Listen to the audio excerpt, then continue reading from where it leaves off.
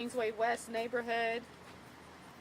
Following the assessments of storm damage and reports, we deployed command centers in Ellendale and here in Kingsway West. These centers centralize city services and operations in neighborhoods, offering food, water, personal protective equipment, and more. Neighborhood stabilization officers are also canvassing their neighborhoods with information.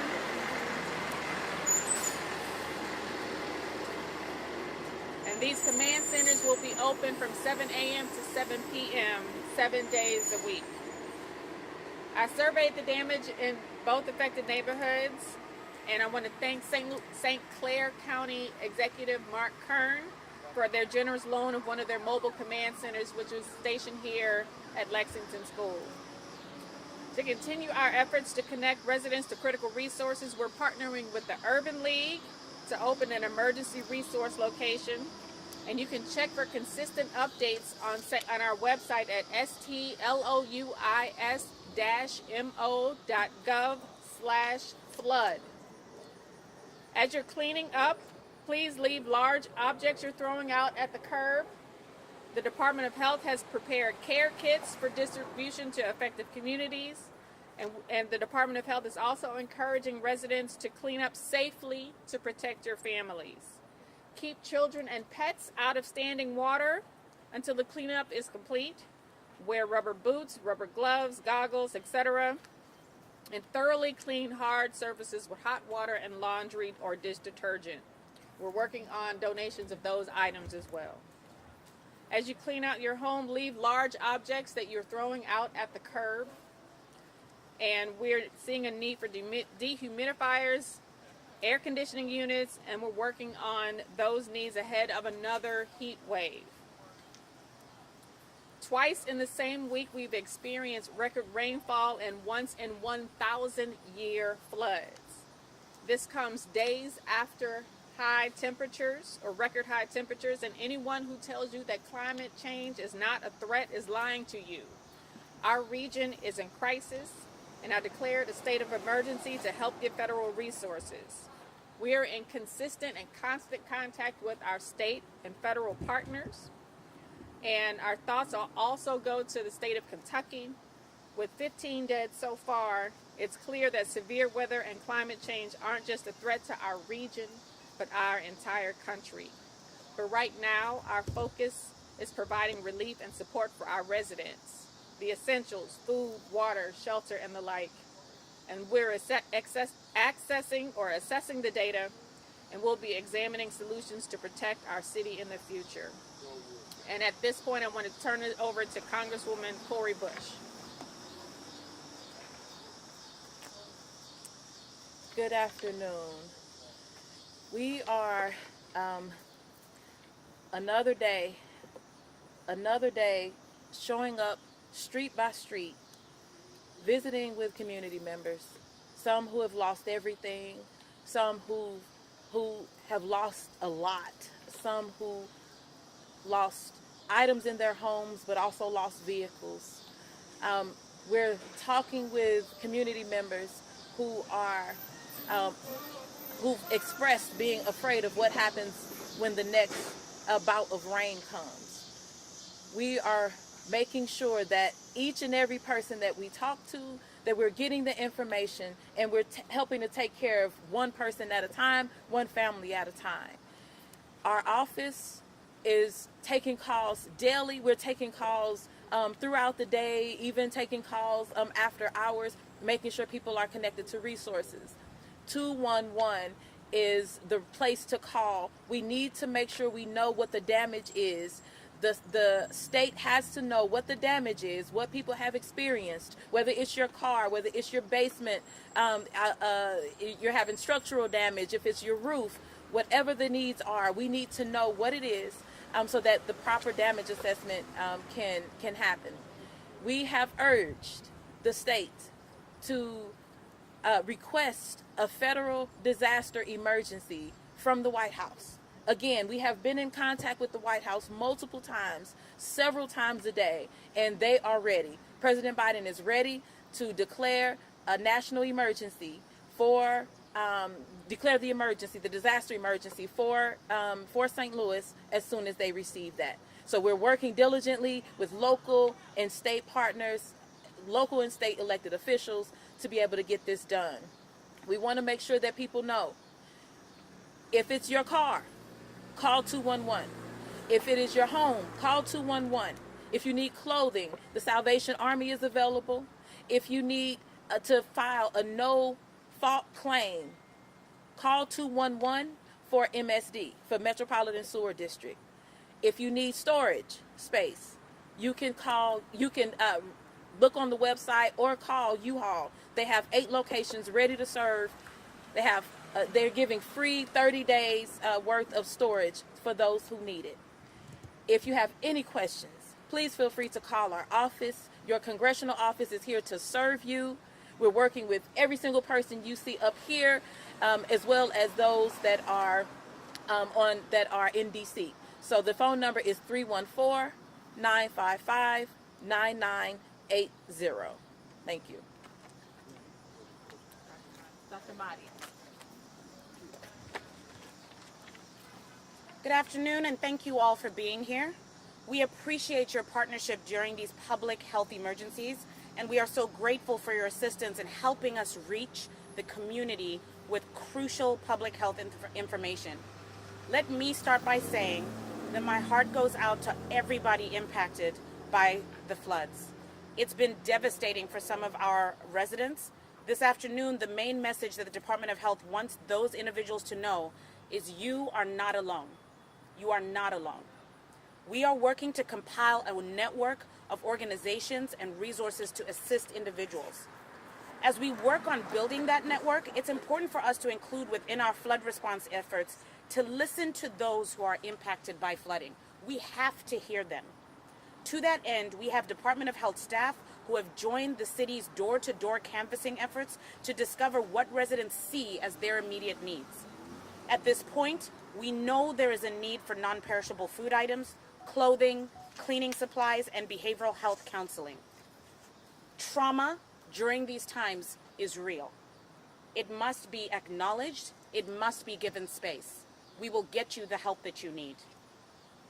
While we continue to listen to residents concerning the needs, the Department of Health will be making resource kits available to families. Those went out today. The kits will include such items as insect repellent, which is so important when there's standing water.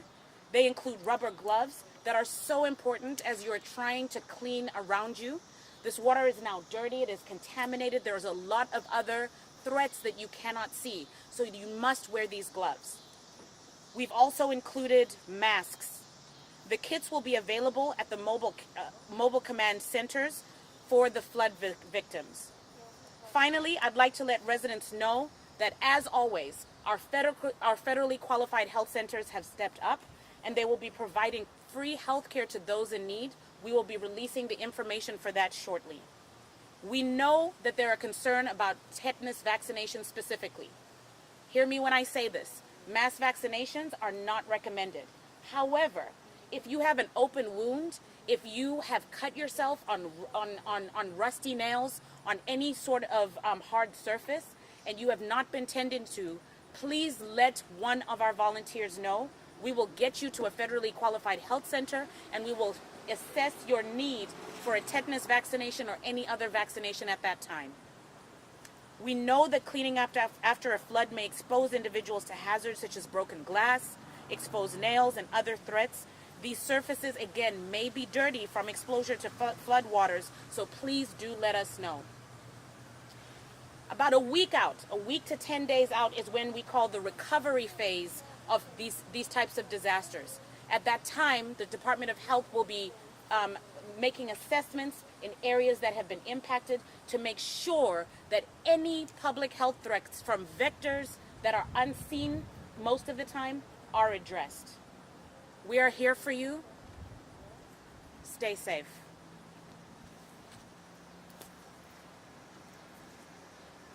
Good afternoon, and thank you for being here today to uplift the concerns in this neighborhood in North St. Louis.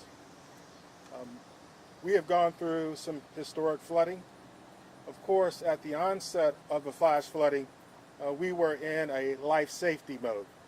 That means that police departments were responding to various locations to block off streets with flash flooding, and the fire department was responding to locations to rescue people from water. After that, we were preparing for providing assistance to communities, and then again, we experienced another round of flash flooding. So we switched back into a mode of blocking off streets and rescuing people from water. As a result of those 2 days of flash flooding, of course, we have data from 911, from 211, and our neighborhood stabilization officers, along with many other volunteers, have gone out canvassing neighborhoods based on that data. We're collecting information from community and residents about their needs. We're reaching out to partners to provide resources for those communities. So as we move forward, we are collecting those resources and preparing the logistics of moving that type of supplies and support to community members. As Dr. Mahdi mentioned, this is the recovery phase where we are trying to collect as much information about the needs of the community, using our resources within the government and also our community partners to help these communities recover. Of course, we have a mobile command center at Ellendale on McCausland, and we have a mobile command center here on Ashland and Norwood, but we also are working with the Urban League, and we have an information center on Kings Highway at the Urban League headquarters. As we move forward, we will look at other areas where we can give direct services to community, and when we find an area that is in need of a mobile command center, we will assess that and place direct services in those neighborhoods again. So again, I want to say that our hearts go out to everyone who has been affected by this, and we have a team of people who are working hard to try to provide the resources that people need to recover. Can I say something? We'll open it up for a few questions. A lot of residents want to know, why isn't FEMA here now when St. Louis flooded before Kentucky? Well, we are doing the assessments necessary. FEMA has to reach a threshold, and as the Congresswoman talked about, there are certain things that have to happen at the state level. Governor has to also make a request to the president, but there are also assessments that we have to gather data to send up the chain in order for FEMA to come on site. Could you kind of explain that process again? So SEMA has to get data correct, and then from SEMA's data, they give that to FEMA. Is that accurate? Or I'm going to turn this over to Sarah Russell. They have been assessing the FEMA response and how it works. Thank you. So, the City Emergency Management, or SEMA with a C, is our local emergency management agency. We have been assessing since the incident started on the first bout of rain that we had early in the week. Yesterday, I went around with the State Emergency Management Agency officials to do some preliminary damage assessments across all parts of the city. Once we wrapped up that preliminary damage assessment, we had seen enough damage to believe that we were more than confident that we had met that threshold. They then reported that information back to Jefferson City through their command at the state level to the governor's office. And then once they are through processing their information to make that next level request up to the federal level. So whether that's, the governor to FEMA, the governor to the White House, that's the next step. So they're still in that period of passing that information up. But also we know that once we completed those preliminary assessments based on what happened on Monday, the area that we parted ways in was affected by rain again shortly thereafter, and was underwater a couple hours later when I went back to that site, as well as new areas of the city. So we have been on a local level continuing to bring in information. We've been updating reports regularly throughout the day and receiving additional information from the first event. and now through the second event yesterday, in which we had a lot of newly affected areas. So we are adjusting that information, but that is part of the process. We were already kind of wrapping that process up and moving it to the next level when we had to then expand and say, we have some additions now.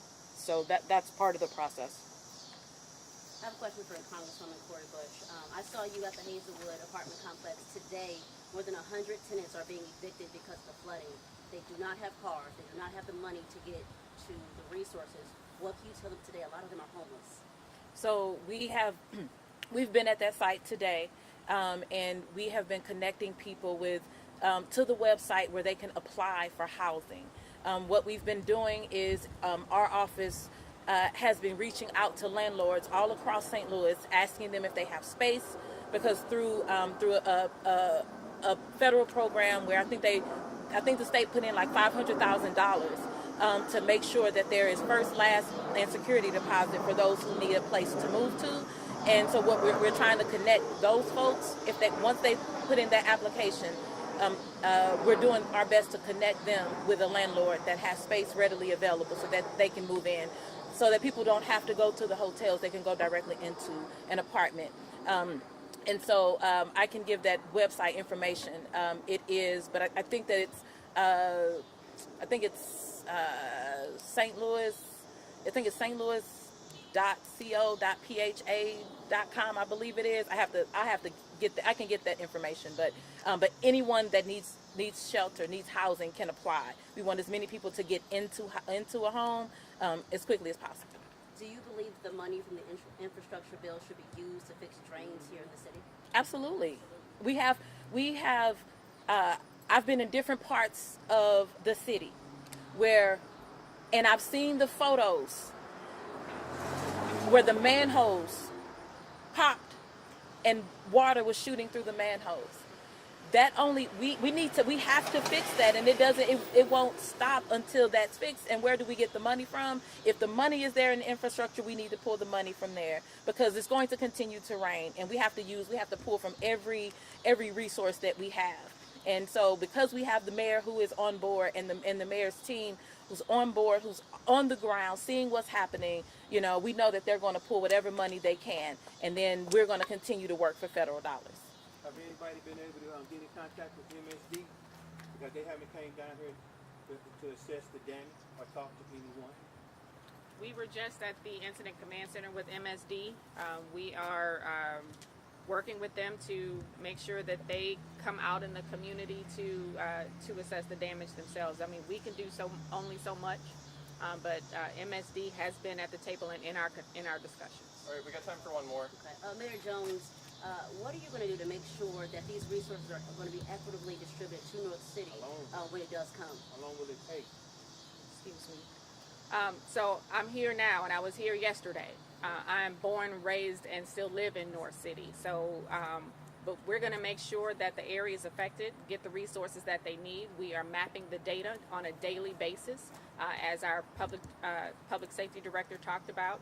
We are assessing all of the damages and making sure that we're putting the resources out where the communities are affected. Just yesterday, like I said, I was here yesterday, and we got, I called St. Clair County. This bus got on site within hours of that call. So it's personal to me, again, because I'm born, raised, and live here. All right, thank you all.